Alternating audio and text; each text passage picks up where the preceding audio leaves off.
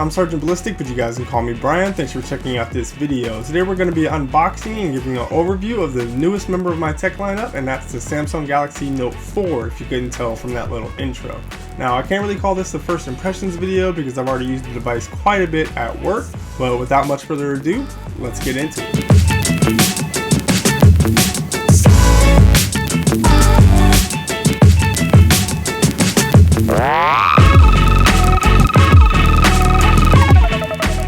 So I am very familiar with the Galaxy Note line of phones. I've owned or used all three of the previous devices, so when I heard the specs and other changes for this new device, I knew it was going to be my next main device. Checking out the packaging, the box and sleeve have a kind of recycled look to it and are in fact recyclable according to the box. Getting off the sleeve and into the box, we're greeted with the device first of all. Let's get that out of the way. It's kind of sloppily wrapped in this plastic, but who cares? Below that we find a SIM card, which I will not be using. Under it there's a little flap, and under that there's a bunch of documentation, terms of services and other literature, boring, blah blah blah. The contents of the box include a set of inline mic earbuds with multi-size replacement buds available. There's a stylus tip removal tool and extra tips for the stylus. A white micro USB cable, nothing special about it. The adaptive fast charger, which allows the device to charge up to 50% in just 15 minutes, which is awesome. And finally, the 3200 milliamp battery, which we'll talk about in just a bit. So nothing really noteworthy in the unboxing experience, but let's get this device stripped and see what it has to offer. Here are the specs for the device. I'm not going to go into too much detail on all of them. I'll cover a lot as I move through the phone, but for more detailed coverage of all the specs, stay tuned for my full review or pause the video here. Taking a look at the design of the phone, Samsung has finally answered the request of a huge number of Galaxy fans and greatly increased the build quality on the Note 4. The edges of the device now feature a fully metal build with chamfered edges similar to those on the Galaxy Alpha and some of the older iPhones. Gone is the plastic we've become accustomed to on previous Notes and other Galaxy devices. Let's hope they keep that up. I really like the taper, I guess I'll call it, on each side near the top and bottom of the phone, and how this theme is continued on the power and volume button. So overall, this just makes the device feel really secure in your hands and helps you identify what end is what when you're, say, grabbing it out of your pocket or reaching for it in the dark to unlock it. On the back of the device, we have a faux leather soft touch plastic, which adds even more grippiness to the device without making it feel too cheap. They've gotten rid of the fake stitching, and a lot of people seem to like the new back. I personally like the feel of the Note 3 back better, but I will agree that this one looks quite a bit better. So there are 4 different color variations of this device. There is the charcoal black, which I have here. There is also a frosted white. And finally, there's a blossom pink and bronze gold, which I've yet to see in the wild or in person. Alright, let's take a tour of the device. Continuing on the back, the Note 4 features an oddly enough quite protruding 16 megapixel camera. Kind of funny after all of the controversy over the iPhone 6 and 6 Plus protruding camera. This camera features optical image stabilization, HDR, and shoots 4K at 30 frames per second and 1080p at 60 frames per second. So if you want to see camera comparisons of the Note 4 and any other device in particular, let me know in the comments below and I can probably get that worked out for you. Below the camera is the dual tone flash and heartbeat sensor, which ties into the S-Health apps on the device and can actually be used to trigger the camera shutter for selfies. Towards the bottom left is the speaker, which seems adequately loud. I'll do more testing of that, but it actually has a little wrinkle on it over the cover, which creates some separation from whatever surface it's on so the audio doesn't get muffled. Alright, taking off the back cover using the little notch on the back above the power device, you can see the 3200 milliamp hour battery, and I will have some battery life notes in the full review.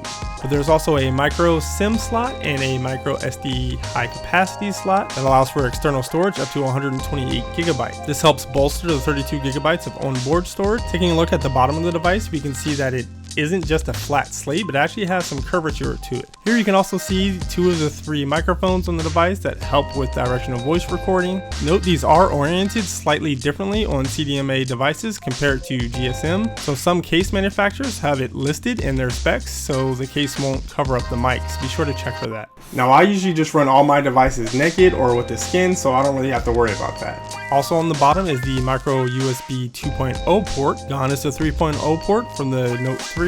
I guess that didn't really catch on as much as Samsung would have liked. Also down here we have the stylus. Like on the Note 3, the stylus is symmetrical, so it can be inserted easily either way. It also still utilizes a small button for added functionality I'll go over a little bit later. The stylus is actually color matched to the device also, just a little quick tidbit. Now moving up top, you can see that there is the third mic up there, an IR blaster you can use with apps to control devices and troll people at bars, I guess, and the 3.5mm headphone / mic jack. Taking a close look at the sides, you can see that the flat edge of the metal is actually color matched to the rest of the device. In this case, it's black. On the right side is the power button. It's in a pretty good spot for your thumb to reach pretty naturally. On the left side, we have the volume up and volume down rockers. Like I mentioned before, the chamfers and taper are also present here and really help you know which button is which. But as you notice here, there's really no one grip that lets you access all the buttons all that easily. This isn't really meant to be used as a one-handed device. I've got really big hands and I have trouble reaching things with just one hand. It's not impossible, it's a little bit of shifting, it's just not meant to be used that way. Front of the phone is covered in Gorilla Glass 3. Under that glass, we see the black face. Actually has some subtle horizontal pinstriping. Top center, you see the earpiece. Initial call clarity seems pretty good to me. To the left of it is an RGB LED status indicator. Immediately to the right of the earpiece are some ambient light sensors, and on the far right is the 3.7 megapixel f1.9 camera with a 90-degree selfie mode and a wide selfie mode at 120 degrees. On the bottom of the front are the capacitive and illuminated recent apps and back button, which are on the left and right of the physical home button respectively. The only noteworthy thing here is that I've gotten really used to having menu buttons on most of the Samsung devices I have, but Android is taking to having a UI element instead of a physical button for this, so it's good that Samsung is moving in this direction also. Lastly, we have the screen. It's a 5.7-inch QHD or 2560 by 1440 Super AMOLED display. It's capacitive multi-touch, and as all Super AMOLEDs, it can display 16 million colors. As I mentioned before, it's covered in Corning Gorilla Glass 3, so you can expect it to resist scratches about as much as any other using that glass. And in my experience, despite their increased size and weight, Notes have stood up pretty well against drops. The screen really is quite beautiful. The vivid colors are a little bit too saturated for some, but along with the larger resolution, things like the home and lock screens just look gorgeous when you run your hands over them and swipe and all that kind of stuff. Unfortunately, that's not the case for all apps, as very few developers have taken to creating assets for this resolution. But with the trend of higher resolution screens, that should hopefully be remedied in the future. Unlike other devices like the iPhone 6 Plus, the extra real estate seems to be used quite well on this device, especially in Samsung-made apps. Many of these have horizontal views, such as you'll see in most tablets, that don't just simply turn the content sideways and make it wider, but actually enhance the experience. Samsung also has features like the multi-window mode, which allows you to have a 2-up app configuration and set up multiple movable windows for certain apps, like you see in a windowed OS like Mac or Windows. All of these just make really great use of the large screen and actually add to the experience pretty well. Pretty unique to the Samsung Galaxy Note is its stylus features. Some people will never touch the stylus on this device, while others swear by it. Samsung has made changes to the Air Command menu. These tools let you do things like make notes on the current screen or cut out a sequence of images and add notes to them. You can also use their handwriting to type text tool in pretty much any text field on the device. I'll be testing out all these features and will let you know what I find useful in my in-depth review. Now we get to the reason a huge portion of users, including myself, love this device, and that's the specs. This is, for all intents and purposes, Samsung's flagship phone. It outspecs every other phone in the Galaxy lineup every year and often sets trends throughout the Android market for upcoming flagships. I'm very happy with this so far. There's actually 2 variants of this device, but most all North American carriers will have this version, which features the Qualcomm Snapdragon 805 chipset.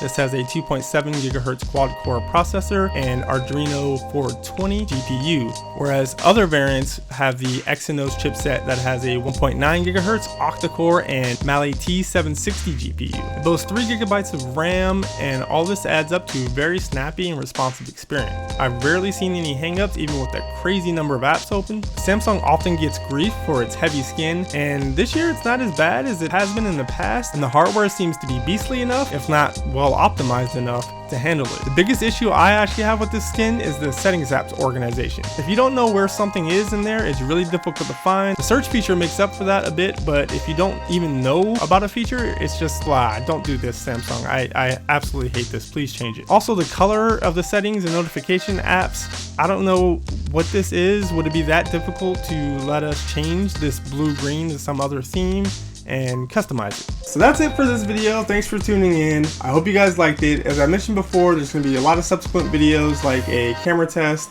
a full review, maybe some comparisons with some other phones, so be sure to tune in for those in the future. If you want to see those, click that subscribe button in the bottom. So as always, give this video a thumbs up if you liked it, or a thumbs down if you didn't, and let me know in the comments if there's anything you want to see changed in my format or anything like that. Be sure to follow me on your favorite social media site to get more frequent updates on all of my tech, ongoing projects, and upcoming videos. That's it. Thanks for tuning in. I'll see you guys next time.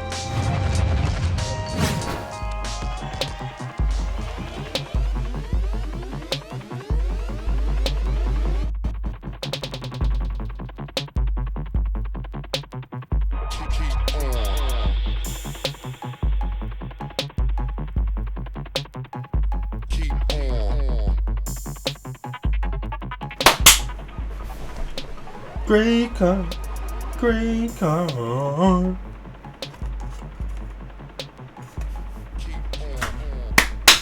What's up? I'm Sergeant Ballistic, but you guys can peeking already. Pikachu.